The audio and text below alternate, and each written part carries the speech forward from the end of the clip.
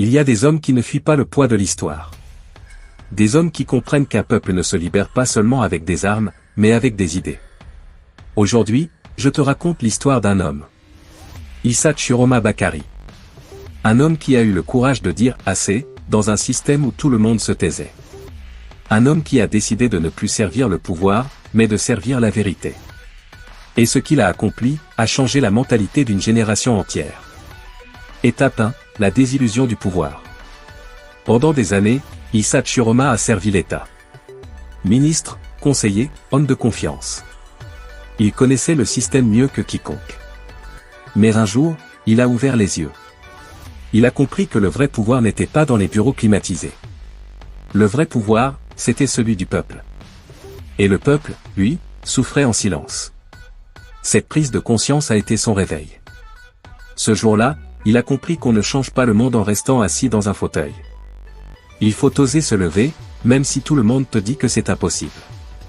Si toi aussi, tu veux changer ta vie, commence par dire la vérité à toi-même. Le changement commence toujours par une prise de conscience douloureuse. Étape 2, la rupture. Un matin, il a pris une décision que peu d'hommes ont le courage de prendre. Il a quitté le gouvernement. Il a tourné le dos au confort, au protocole, aux privilèges. Il a préféré l'incertitude de la liberté à la sécurité de la servitude. Les gens l'ont traité de fou. On lui a dit, « Tu ne pourras jamais renverser ce système. » Mais il a répondu calmement. « Je ne cherche pas à renverser un homme, je cherche à réveiller une nation. » Quand tu veux faire quelque chose de grand, n'attends pas que les autres te comprennent. Les visionnaires sont toujours seuls au départ.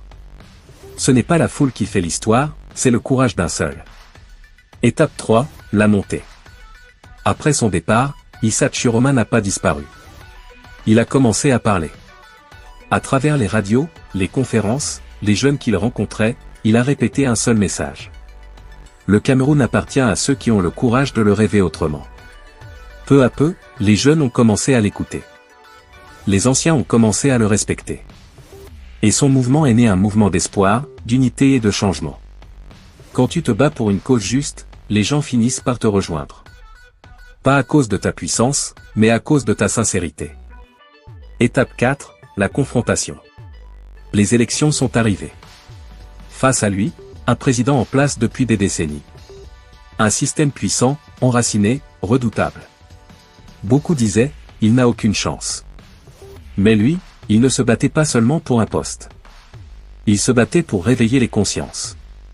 Le jour du débat, il a regardé son ancien président droit dans les yeux et lui a dit « Monsieur le Président, le peuple ne vous appartient pas.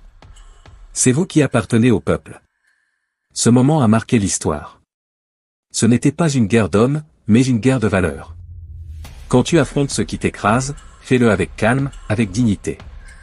Tu n'as pas besoin de crier pour être écouté. Il suffit d'être vrai. Étape 5, la renaissance. Les résultats ont surpris tout le monde. Le système a vacillé. Et pour la première fois depuis longtemps, le Cameroun a vu un homme ordinaire devenir le symbole du courage politique. Issa Chiroma a montré qu'on peut tomber 1000 fois, mais qu'il suffit d'un seul geste pour changer l'histoire. Peu importe ton nom, ton âge ou ton passé. Si tu crois profondément à une cause, tu peux renverser des montagnes. Ce n'est pas le pouvoir qu'il faut conquérir, c'est la conscience. L'histoire d'Issa Chiroma n'est pas celle d'un politicien.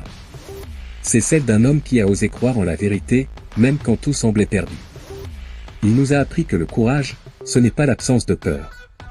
C'est d'avancer malgré la peur. Et si lui l'a fait, toi aussi, tu peux le faire. Crois en ton rêve. Ose te lever. Parce que demain appartient à ceux qui ont le courage de dire non à la peur, oui à la vérité. Si cette histoire t'a inspiré, abonne-toi dès maintenant à la chaîne. Laisse un commentaire pour dire ce que tu en penses. Et regarde les autres vidéos longues que j'ai mises dans la description. À demain, pour une nouvelle leçon de courage et de foi en soi.